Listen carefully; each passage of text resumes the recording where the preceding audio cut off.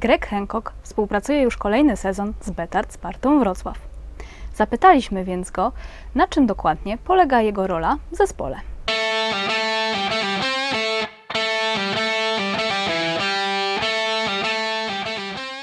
It's Wrocław has invited me to come in to be a coach and kind of a more of an advisor for the team, and I've been here this is my second year. We had a 2-year contract, and yeah, it's been great getting to know the riders for the first year and learning how everybody works. And we had a lot of success in year 1, and year 2 hasn't gone so great, not like we expected, but with the loss of Artem and a couple of up and down performances for some of the guys, it's difficult when it's racing, but it's been a great experience for me.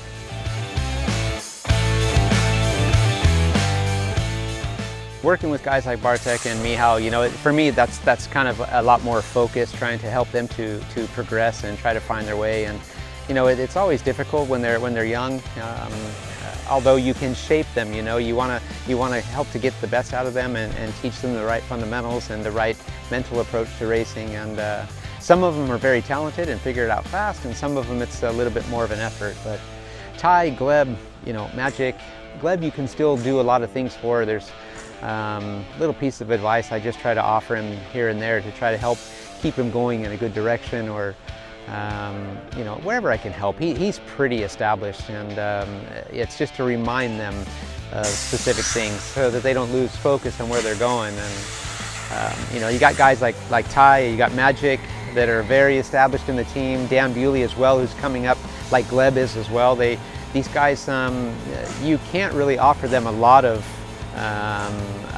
support or a lot of advice. Support you can, but advice-wise, I bounce around, and I'm there to offer things when I see something that maybe they can consider giving a try or something like that. Or sometimes they want to bounce ideas or thoughts off of me too, from my racing past and history. And you know, for that reason, we just try to have a really good collaboration. And you know, if I see something, I like to address it.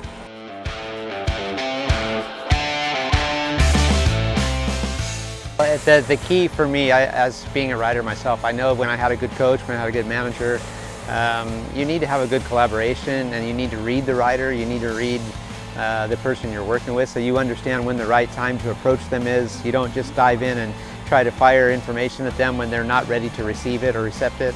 And that's the part that I know as a rider myself what worked for me, so I try to use that. I always bring good energy. I try to keep the positive energy and motivate them, as well as try to help them to avoid getting down too hard on themselves or losing track of what's most important in their racing.